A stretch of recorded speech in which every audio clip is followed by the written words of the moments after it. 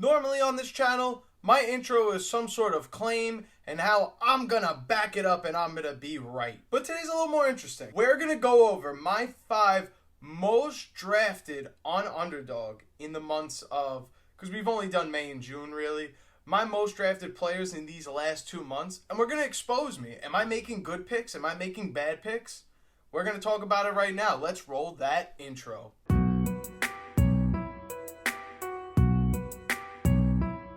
So coming in at my 5th most drafted player in amongst 10 drafts. So granted, there are going to be ties on this list. But the biggest one that stuck out to me was quarterback Drake Maye of the New England Patriots. And not that it surprised me that Drake Maye was one of the top 5 players that I've drafted on Underdog Fantasy, especially considering I am a fan of drafting a late quarterback. And when I look at best ball drafts and I see the tier after Dak Prescott, Caleb Williams, I start to look down below at the next tier and I see guys like Drake Maye, and I think there's a chance at his ADP that he can absolutely smash where I'm drafting him at right now. That doesn't mean I believe he's going to be a top 10 quarterback. It doesn't mean he's going to be a even starting quarterback in fantasy this season. But I know that there's going to be an upside by drafting him that low. And if I'm still struggling at quarterback throughout the season, I will budget my way through the waiver wire and figure something out until he shows promise and develops, or cut ties. And now in terms of do I think this is a bad pick that I'm making on Underdog, I'm going to say no, only because in most situations this is realistically going to be my backup quarterback, or if I really have a bunch of other talented players at wide receiver, running back, then I'm taking Drake Maye late. So I don't hate the ADP value aspect of it, but I am worried and concerned that maybe Drake Maye isn't a top 12 fantasy quarterback. Maybe I'm taking a little too much. But on the flip side, the cost of the ADP versus what the potential return could be has me interested, and that's why I've been drafting a lot of him, and I'm okay with that. And there are other names on this list that I'm not so okay with, but we'll get to those when they come up. Tied next at 36%, the 4th and 3rd most highest drafted players I have on Underdog are Jaydon Blue and Bech. Let's talk Jaydon Blue first, running back of the Cowboys. And this is really just a late round dart throw at its best. Maybe there are other players in this tier, like maybe I decide to wait later and just take a chance on a guy like a Kareem Hunt. Like there are other options in this tier. But why do I keep taking Jaydon Blue? The reason why I keep drafting him in best ball is the potential of him running away with the job at the end of the season. He could potentially never play, really. But the idea of that, I don't love the other running backs in this room. I'll take a chance on him for what the price is worth. Do I think this is a bad pick? No. Do I think I can make better picks? Definitely. And it just goes to show that I should really open up and diversify my portfolio. Yes, I made a Jaydon Blue video and I got to stand on my business. But there are other running backs in this tier as well that are just as worthy of a pick. It doesn't always have to be Jaydon Blue. We can look at Isaac Guerendo, another guy I made a video on, or even guys in this tier like a Tank Bigsby, who has just as good of a chance in a confusing running back room as Jaydon Blue does to win the starting job. I don't think this is And now let's talk about Bech. Necessarily a bad pick either, but with the way training camp is starting to look right now, Bech could potentially fizz out and lose his hype. I don't think that's going to happen, but for sure a real possibility with how much noise Dante Thornton is making in camp. And again, I know it's just them running around without pads on, but it's a possibility. I'm still drafting Bech a lot because I believe talent's going to win out at the end of the day, and he has a lot of talent. So I'm going to keep continuing to draft him, but open to the idea that this could start to trickle south in the next 30 days. And that'll kind of be the beauty of this series that we do on this channel. Just, after updating every 30 days who are my most drafted players, it'll be fun to see where the trends are at. My 2nd most drafted player on Underdog Fantasy in best ball right now is Omarion Hampton.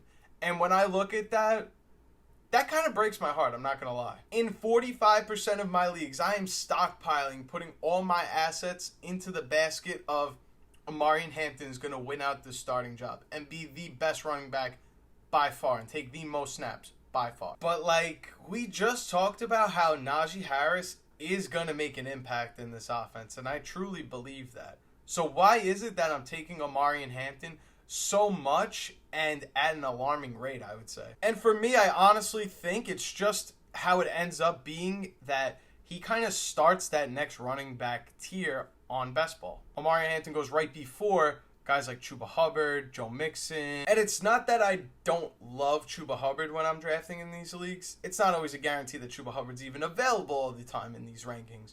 But Omarion Hampton, I'm probably overestimating a little too much my underdog drafts. And that's okay to admit because I'm not perfect and I'm going to make mistakes.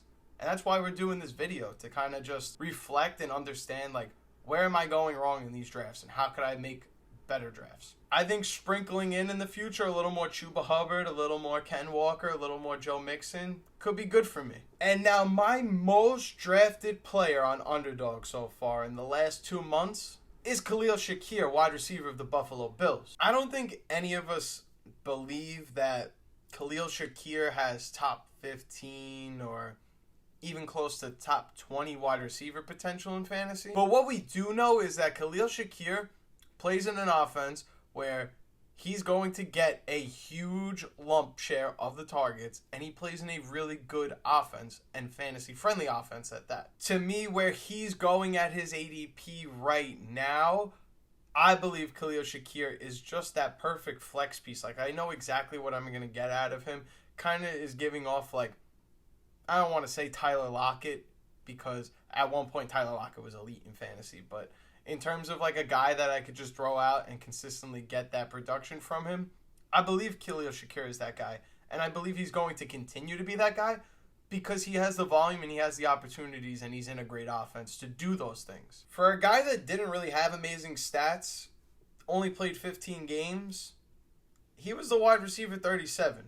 You know, if we're talking about a guy who just got to 100 targets, had 4 touchdowns, and had like a meh season, and it's still flex worthy. Just a crazy idea. Maybe Josh Allen and James Cook don't score as many touchdowns as they did last year on the ground. Maybe it's just like 2 less.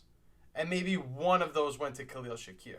Now we're talking about a little bit different of a season. Now we're talking about, instead of like meh flex, we're talking about like solid flex play. I'm not going to say we should expect Khalil Shakir to play every game this season. 15 would be just fine. But that consistent target share, that safe floor, that's what I'm looking for when I'm drafting in best ball. Somebody that I know that I can just close my eyes and they'll be productive. I'm looking for someone that I don't even have to worry about. I could close my eyes, put them in the lineup, and they're just going to produce. And that's going to do it for my 5 most drafted players in the last 2 months on Underdog. So we like Khalil Shakir.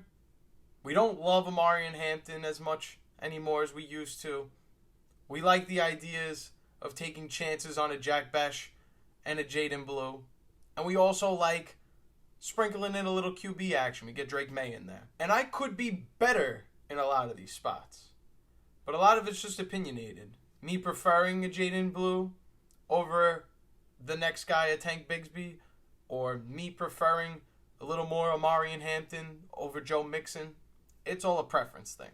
But one thing I know about me, I get stuck in my ways, and I know that once I keep drafting down that path, I'll never get my exposure to the Joe Mixons and the Ken Walkers. So if I don't start drafting them now and being mindful of it, then I'm going to start fading really good players on draft day in my leagues, and I don't want to do that. If you stuck around to the end of this video, one thing I did last year on this channel when I was probably a fraction of the size in terms of subscribers, I did a rookie kind of like Tinder swipe left, swipe right video. And I wore this really fruity strawberry shirt. It was great. I loved doing it. It was so much fun. I feel like the people that watched it had a blast.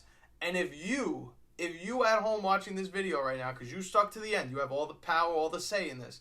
If you want 2025 rookie Tinder swipe left, swipe right to come back, you got to let me know in the comments right now. Let me know if you want part 2 in the comments. Just comment part 2. And if you're new here, you like fantasy football content, make sure you subscribe down below. What are you doing? As always, my name is Turtle. This is Outlier Fantasy, and I will see you in the next video.